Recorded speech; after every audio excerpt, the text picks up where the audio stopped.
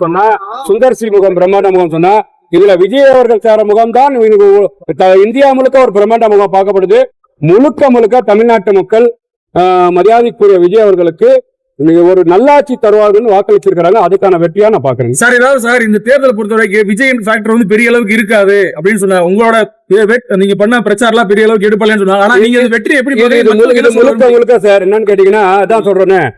சிவன் சொத்து கொலை நாசம் 41 பேர் கருமா வேலை செஞ்சிருக்கு. 41 பேர் கரூர்ல என்ன நடந்தது, அது யார் செஞ்சா, இதுக்கு திமுக காரணமா இல்லையா, அதோட வெளிப்பாடுதான் அந்த பிஞ்சு குழந்தைங்க சார். அந்த தாய்மார்க அந்த குழந்தைங்க அவங்க வீட்டு பெண்மணிங்க அவங்களோட சாபம் இன்னைக்கு திமுக வந்து பாத்தீங்கன்னா அகல பாகாதெல்லாம் தள்ளி போயிருக்கு. ஆட்சி மாற்றம் ஏற்படுத்தி இருக்கு. இது மிகப்பெரிய கருமா வந்து வேலை செஞ்சிருக்கு. அதான் நான் சொல்றேன், மக்கள் மன்றத்துல விஜயோட புரட்சி நடந்திருக்கு நான் சொல்றேன்.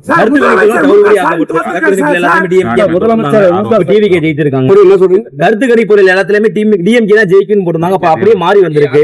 அதான் நீங்க அதான் சொல்றேன் சார். நீங்க என்னதான் கருத்து கணிப்புகள் அது கருத்து கணிப்பா இல்ல கருத்து திணிப்பா முதல்வர் ஸ்டாலினே தோத்துருக்காரு. இது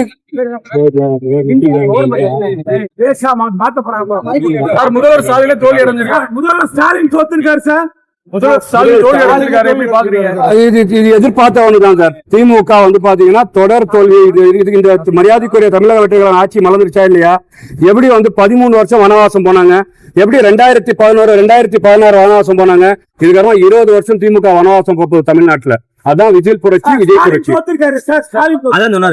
அதான் சார் ஸ்டாலின் தோத்துருக்காருன்னா 5 வருஷம் ஆச்சு, மக்களுக்கு ஒண்ணுமே செய்யல. 41 பேர் கொண்டதுக்கு திமுக காரணம். மக்கள் பாக்குறாங்க விலைவாசி உயர்வு, சட்ட ஒழுங்கு பாதிப்பு. இன்னைக்கு விஜய் சாரை நம்பி மக்கள் வாக்களிச்சாங்க.